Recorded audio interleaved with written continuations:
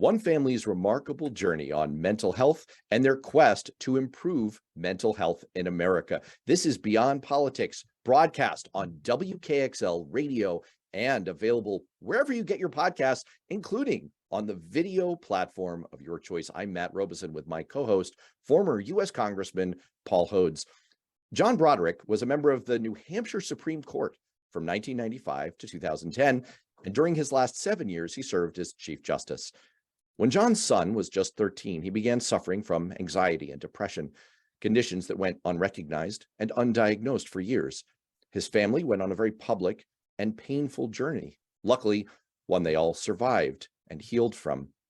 If you recognize this story, it's because we told it with John on this show a little over a year ago. And in fact, when we won a New Hampshire Association of Broadcasters Award, that was the show we submitted to the jury, and we're very proud of that conversation.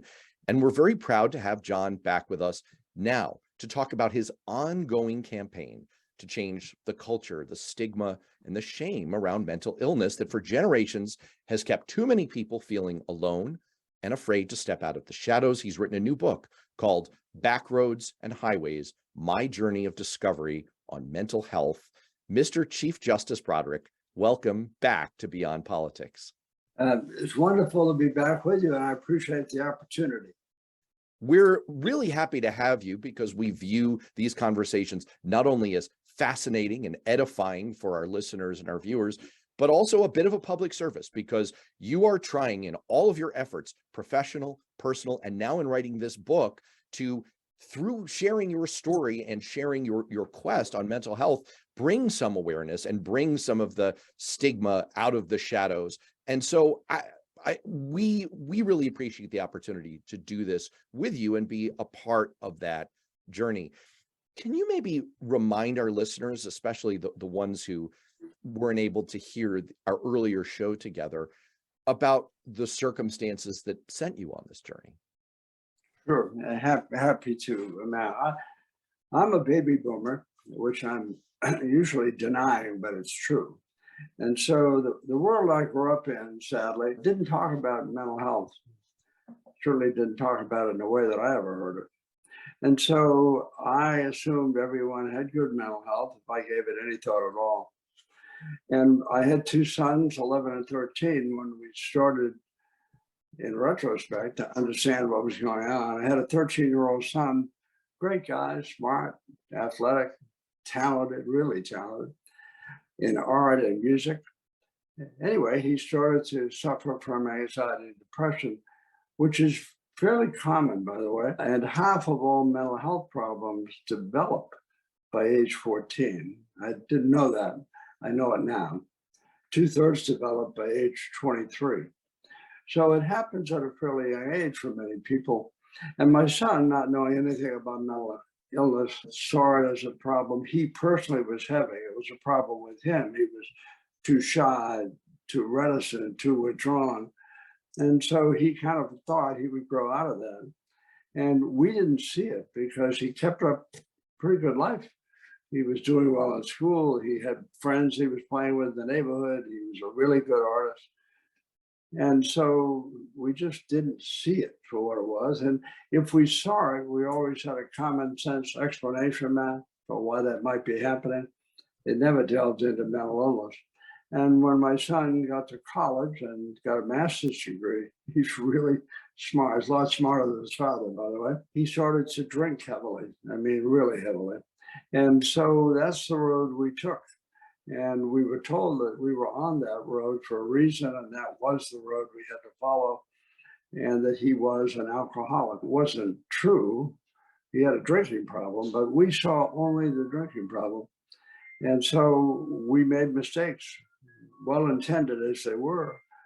And at some point, we were told that we should put my son out of our house, literally out. He was probably in his late 20s, I guess. Late 20s, and they said you can either put him out and hope he hits bottom, or you can let him stay in your house. He's going to die drinking in your house. He tried rehab. We tried that. Nothing worked. And they finally encouraged us to put him out. And it was really hard. We loved him, obviously. And we did what they suggested. As hard as it was the worst thing we could have ever have done. We brought him home after about 3 weeks because it was too painful. We didn't want that phone call that no parent ever wants to get. And when he came home, his drinking was the same. And I think at that point, he was scared to death, looking back, that we would put him out again and he couldn't go out again. And so one night he had been drinking and he assaulted me. And I went to the ICU at the Elliott Hospital in Manchester, and my smart, talented, master's educated son ended up in the state prison. I was on the Supreme Court at the time. And while my son was in the prison, I became Chief Justice of that court. And it was a really hard time. The only silver lining in all of that nightmare is that once he was there, they told all of us what his problems were, and that he was self-medicating with alcohol, that he had serious depression, anxiety, and panic attacks, which they told us were almost off the charts. In any event, as a baby boomer man, I thought all mental health problems were hopeless. I thought there was nothing you could do. And I was wrong about that too. And they worked with my son. And after about 3 or 4 months, seeing a counselor and taking medication at night and in the morning, his whole life changed. And at that point, as a parent, ignorant as I was, I realized that we had failed him, that I should have known something about mental health. I didn't. I know a lot more now, obviously. And my son, when he was released after 3 years, has not had a drop of alcohol since. He's a wonderful person, and he's taught me so much about mental health problems, and I love him to death. And I got involved in a campaign that brings me to your show today. The genius of a psychologist in Maryland, Barbara Van Dalen. And Bill Gunn, who used to be at the Concord Hospital, also a psychologist, was good friends with Barbara. And Bill and I co-chaired an effort up here along with Peter Evers of Riverbend. He's an amazing person, to start to bring mental health awareness to the people of our state. And in any event, over the last 6 years now, it's kept spreading and spreading. And I keep driving and driving. I'm on my second Jeep now. I've gone 100,000 miles. I've spoken to 95,000 kids. I've been to 350 middle schools and high schools. And I have hugged more kids with wet eyes in New England than anybody living. Not because I'm special, just because I got my Jeep and people kept asking me to come to their town or their school.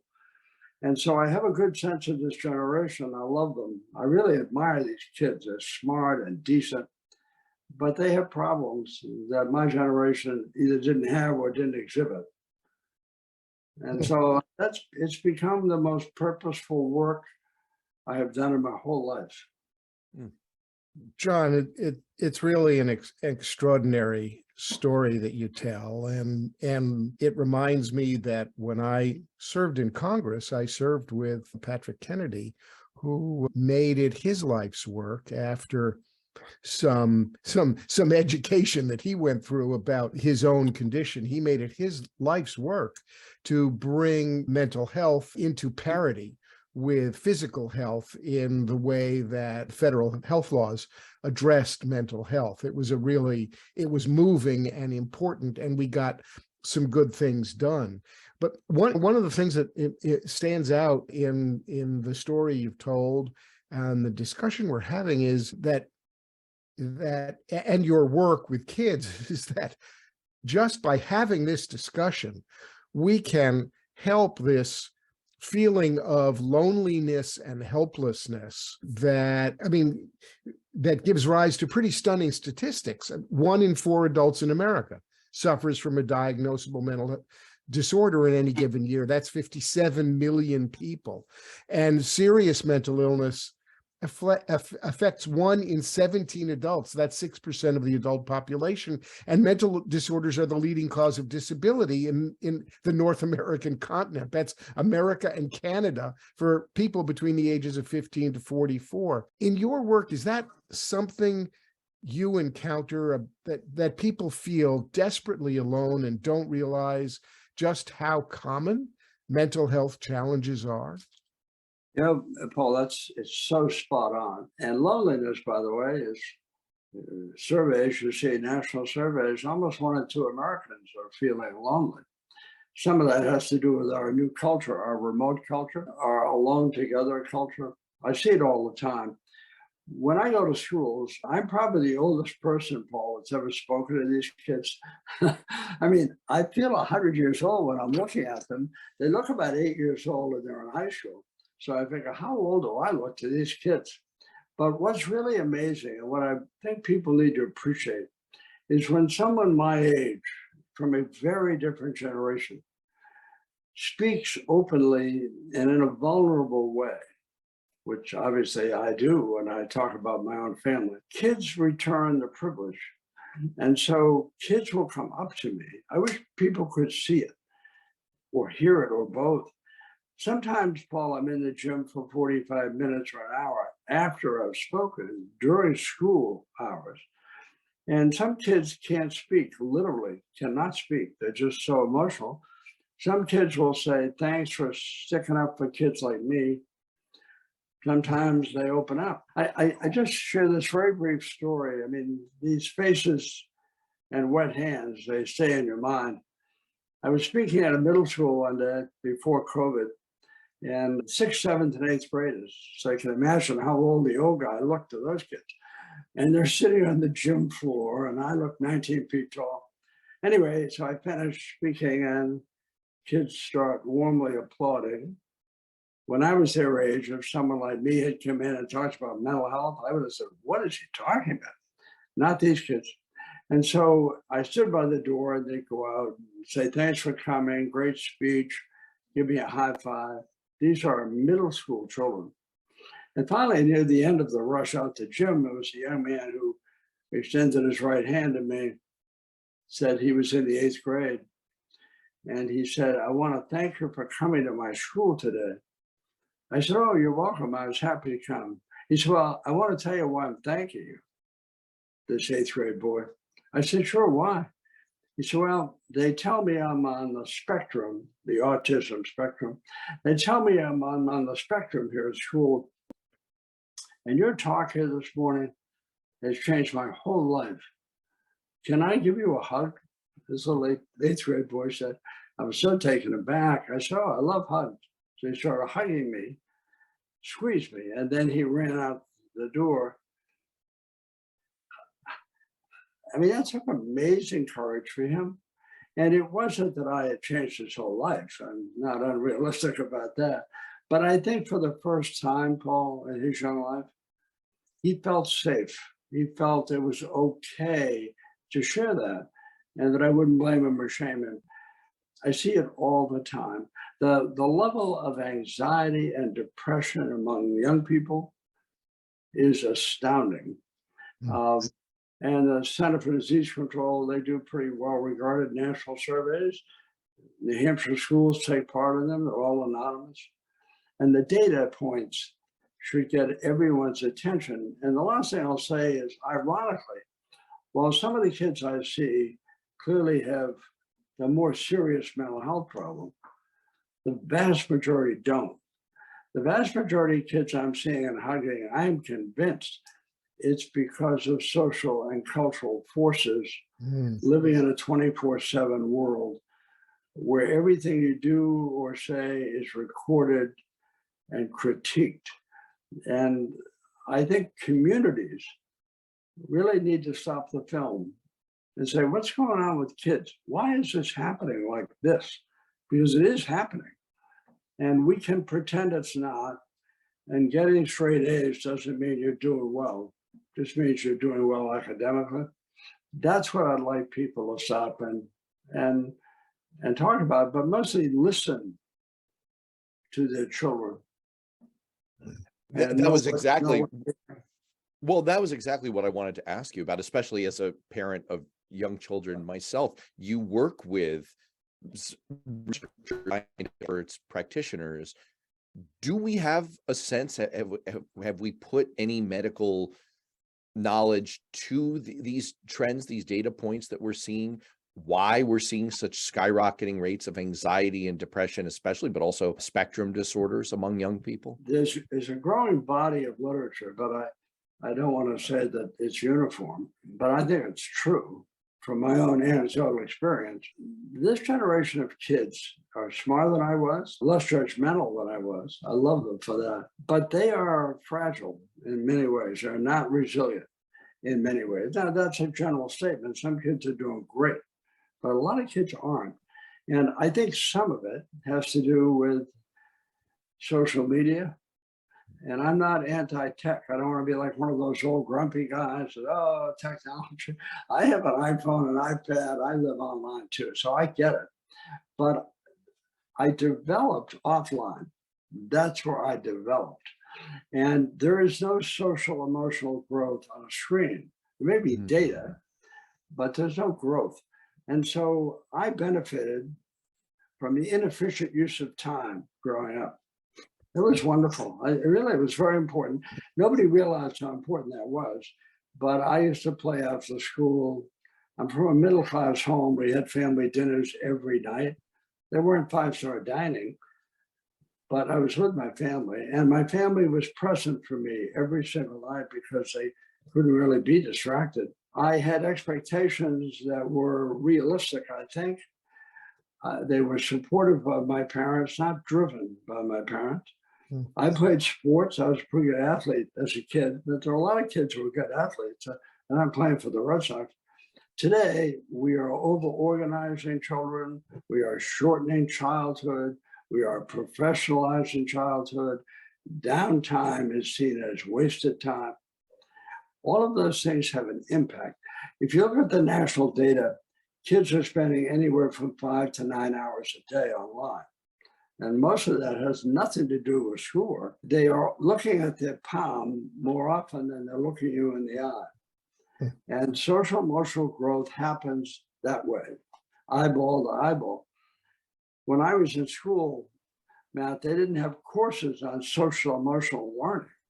I mean, the course was playing in the neighborhood. That was my course. I knew all my neighbors. I knew all their houses. I could have walked through their houses in the pitch dark and not hit a stick of furniture. I knew them that well.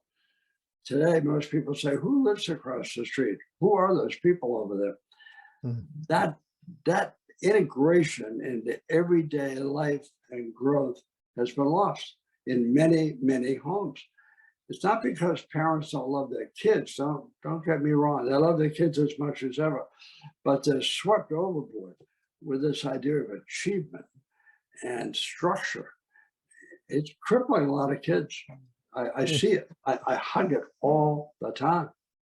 Well, first of all, you're making me feel a little bit better because we work really hard to serve dinner as a family. We can't do it every night because our children are overprogrammed. They're doing sports, they're doing swim team, they're doing basketball team, they're doing activities. And so we don't get all of us every night. And I can assure you of one thing that connects my family experience to yours from a generation earlier. It is not five-star dining. You know how I know? I am frequently the chef. And I've got to assure you, I'm not going to win any cooking competitions. But I'd like to focus a little bit for a moment on the book. At some point, you started the work before you started the process of the book. When did you decide that the work on mental health needed to become a book? Was there a specific moment for you? Well, it was kind of a gathering storm, Matt. I had been traveling and speaking for almost 4 years, and then COVID struck. And so I was doing more on video, but I couldn't go to schools. And I had more time than I would otherwise. I worked for Darby Sitrock. And so I called them. I said, look, you know what I'm thinking about? I have some time now. I'd like to write a book over about the last 4 years, 5 years of my life here. And they were gracious enough to say, sure, why don't you do that? And so I did it. And the reason I did it is I've been so struck by what kids have taught me. The book is not my wisdom, because I wouldn't have a lot to give you, but it's the wisdom of young people who are open and honest with me, a perfect stranger, mean, every school I would go to, I would leave feeling privileged that they trusted me enough to tell me what was going on in their lives. And early along that, I would say to schools, I'd love to come back and speak to parents sometime. And they would say, oh, that's a great idea.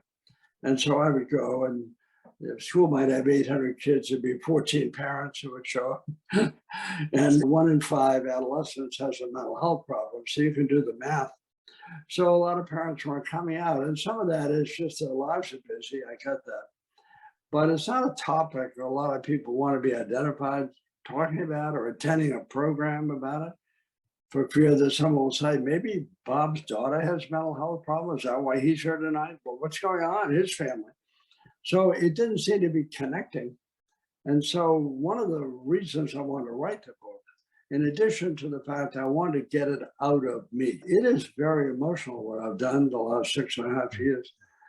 And I grew to have this feeling that I owed it to these kids, that they were opening to me by the thousands. And that was really humbling, but nobody else was hearing it, just the two of us. And so I kept them anonymous, obviously, but I wanted people to hear it. And I wanted parents maybe to read the book, because it's not about their child, but it is about their child. And if it's not their personal child, it's their neighbor's kid or their best friend's daughter. I mean, these kids are suffering at the most elite private high schools and some of the poorest public high schools all across the world. So I really wanted parents to read it, man. Whether they will or not, I don't know. But it is my goal, and they're free to read it and say, I disagree with everything that guy said. But that's okay, because really what you're disagreeing with is what kids have told me. That's what the book's about. I'm not all-knowing, but I'm a pretty good listener. And I was a trial lawyer. Paul Hodes can relate to that. I was a trial lawyer for 22 years. I listened pretty carefully to witnesses. I listened very carefully in the courtroom when I was on the Supreme Court. And so I think I'm pretty good at hearing what people are saying. And in my former job at the court, I had to reduce it to writing and tell people what we thought of what they told us. And so it seemed natural to me to kind of hear the evidence and then write an opinion. And my opinion is in the book. I'm curious about how writing the book may have changed the way you thought about your own work and what needs to happen on mental health in this country. And I say that with the background of the conversation that you and Matt had on this show last summer, in terms of our culture and your observation that mental illness needs a Magic Johnson moment, perhaps how the focus on Simone Biles in the Olympics, or Michael Phelps, or Naomi Osaka, the tennis player's struggles may help change the culture. And do you still think that what we need is a poster child, some American champion poster child to help normalize the issues around mental illness? So I'm curious about how the book may have changed, if it did, your views and what you think we still need. Well, I'll tell you, Paul, the people you mentioned are the most recent, and my hat's off to them. It takes enormous courage for people, successful people especially, to do that, but it also helps break the stereotypical image of a mental illness. You mean you can win 27 gold medals and have depression? It's pretty extraordinary what Phelps has done and these others have done. What really has changed me is that I feel that there are so many young people who are just struggling alone. This generation, as amazing as they are, and I love these kids, they are often afraid of failure, whatever that means.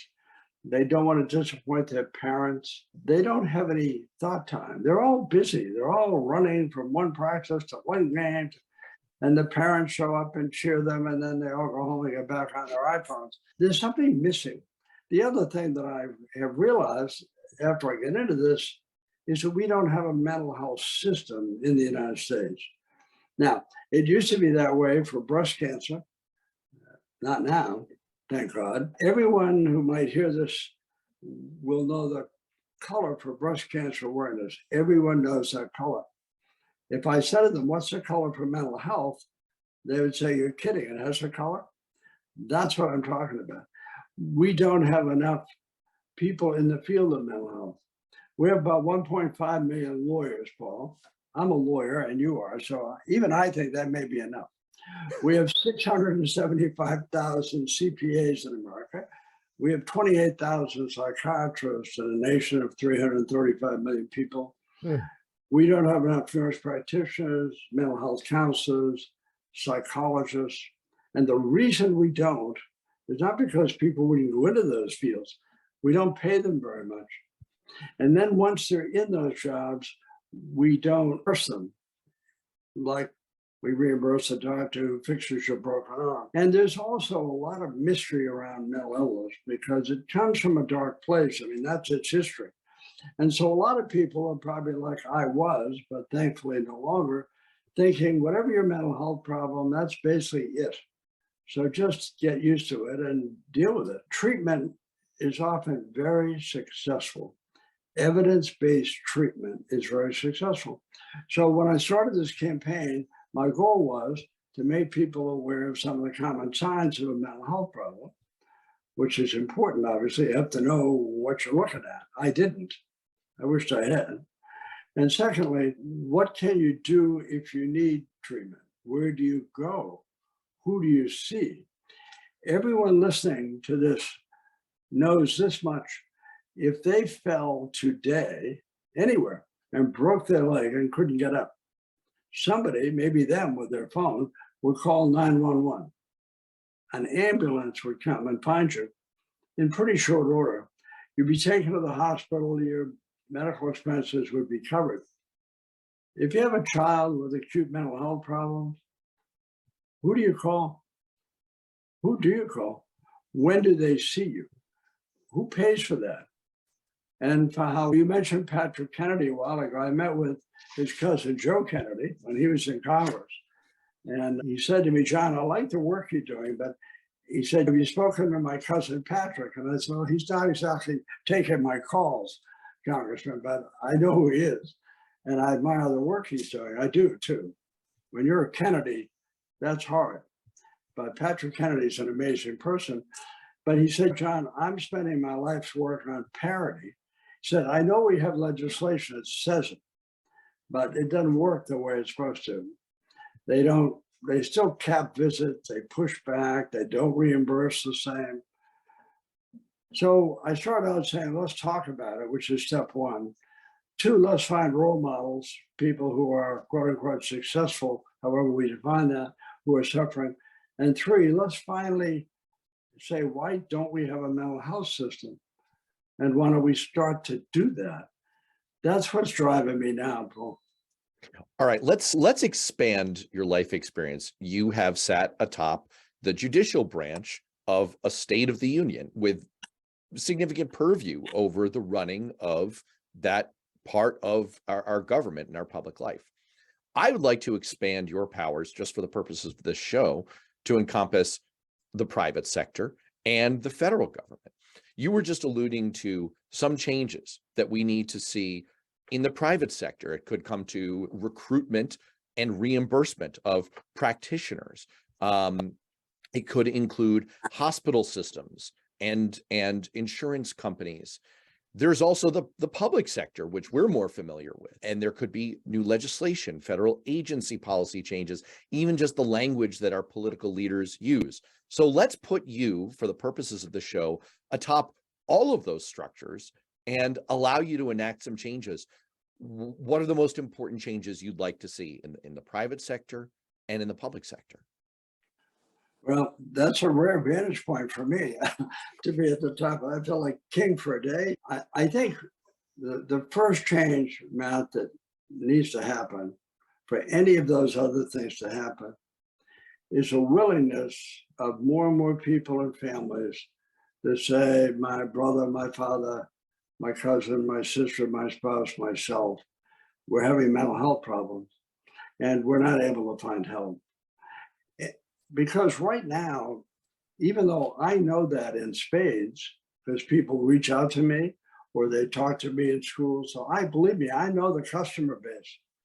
And I'm not saying all of them, believe me, but they talk to me, but they don't talk to a lot of other people. It's still one of those things you keep close. So the first fundamental change has to be, we need to verbalize it. We need to say it's okay not to be okay. It's just no longer okay to pretend you're okay. Unless and until we do that, we'll never have a broad enough discussion. But if we start to do that, which is what I've devoted 6 years of my life to, I think we can then say, why don't we have a mental health system? Why is that? As Paul mentioned, there are millions and millions and millions of people. There are more people with mental health problems than have cancer, diabetes, ALS combined. We act like it's only one family on the other side of the railroad tracks. Not true.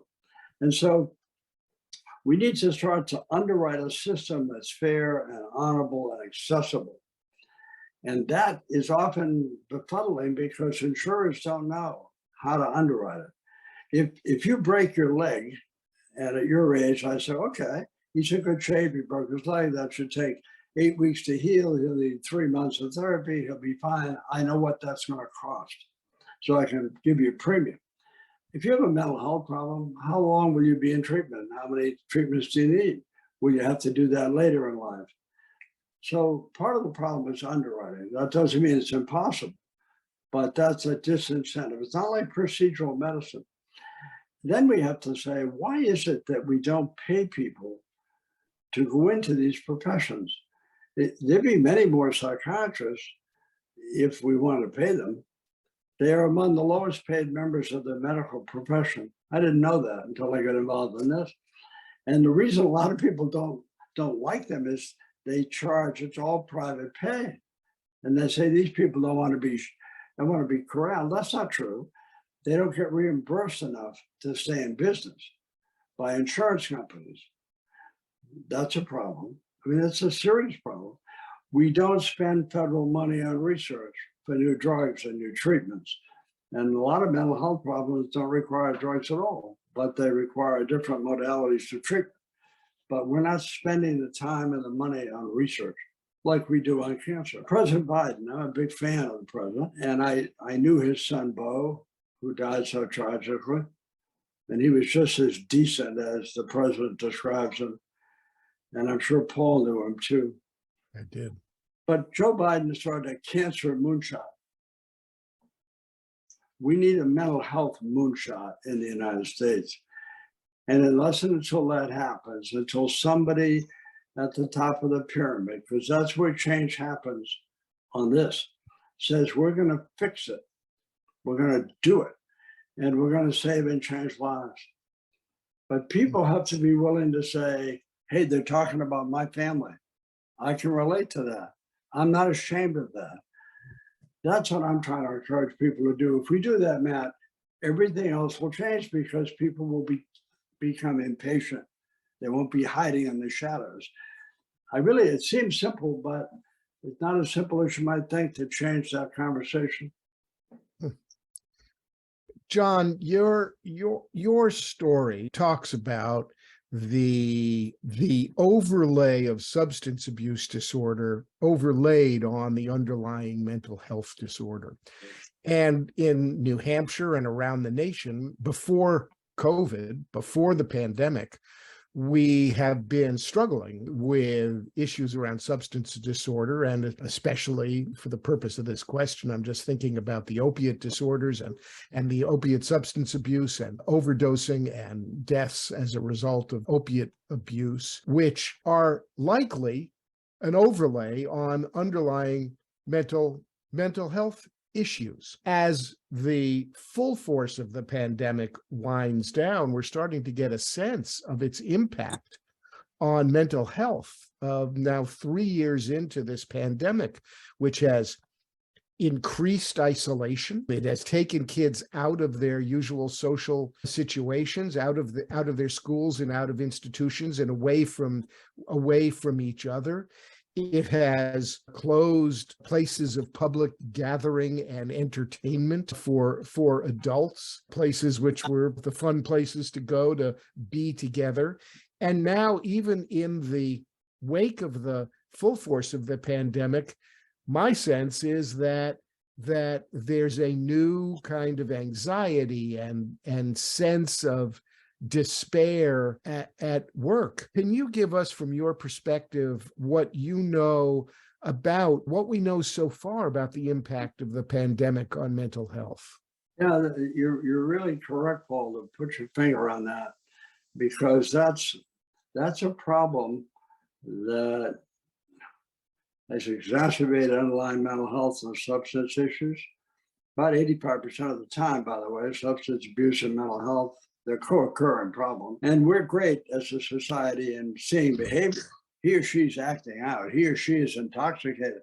Well, they may be, but wonder why. What's going on? What's happening inside there that we can't see? But the numbers are starting to show. And during COVID, the number of kids, example, going to emergency rooms, community mental health, community hospitals with acute mental illness, it was staggering. It's still quite high. And a lot of these kids, unlike the world, Paul, that I come from, where had there been a pandemic as horrible as this has been, and then it started to recede, people would have been back out, like eyeball to eyeball. Not young people. They're not eyeball to eyeball people. They're electronic people. So their world is in the palm of their hand. These kids are occupying a virtual world. I don't think adults understand that fully. I didn't until I started. And I'm not anti-virtual world, but I didn't grow up there. And these kids are growing up there. So the return to normal is not like it would have been when I was their age. I'd be back in school. I'd be talking to people. I'm back on my iPhone. I'm just in a large room now with other people who are also on their iPhones. It's debilitating.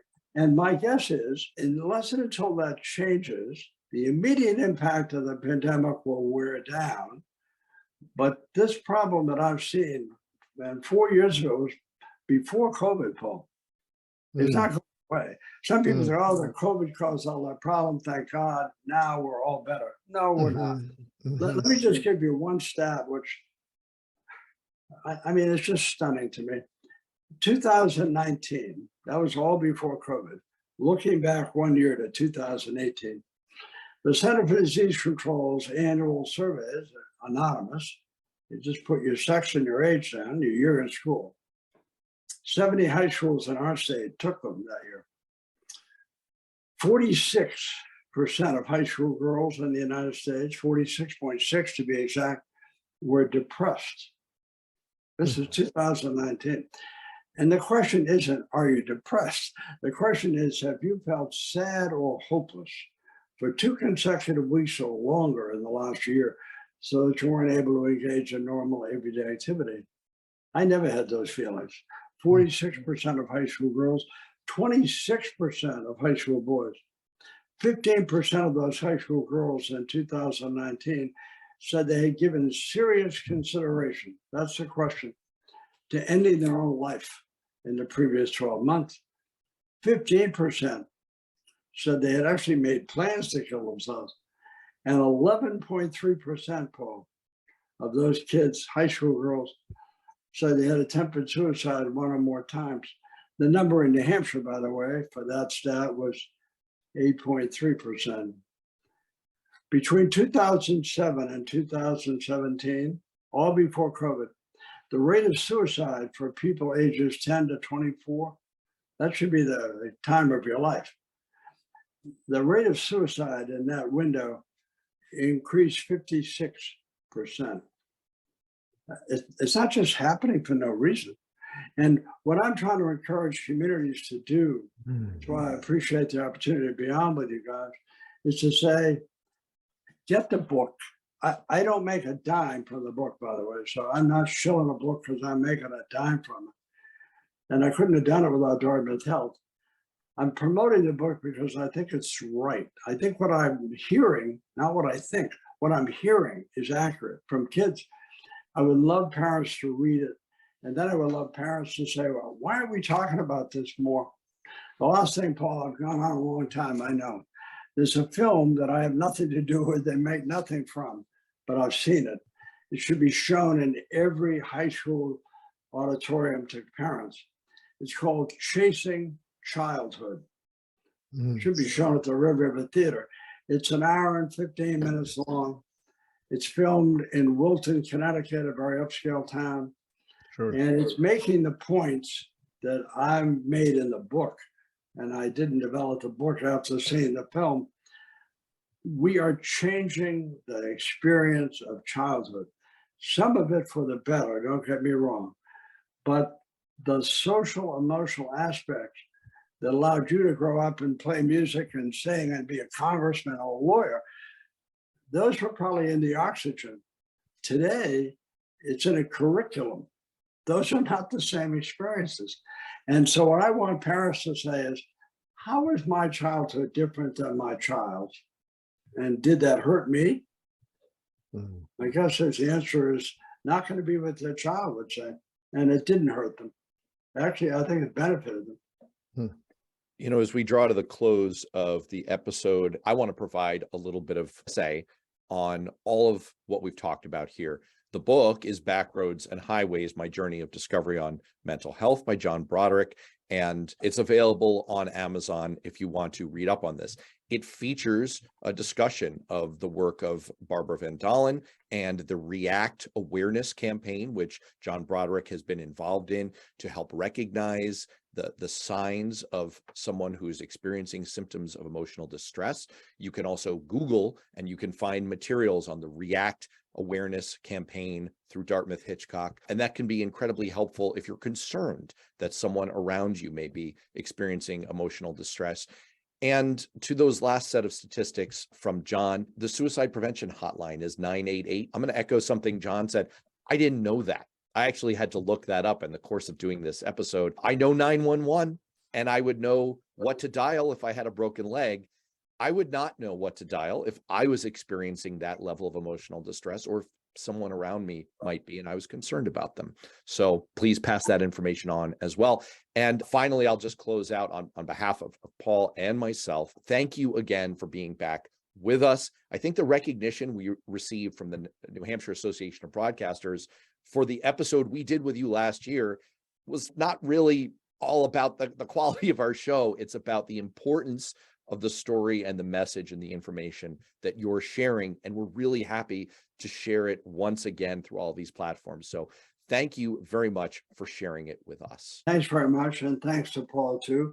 It's been a real pleasure and a privilege, and I appreciate the opportunity.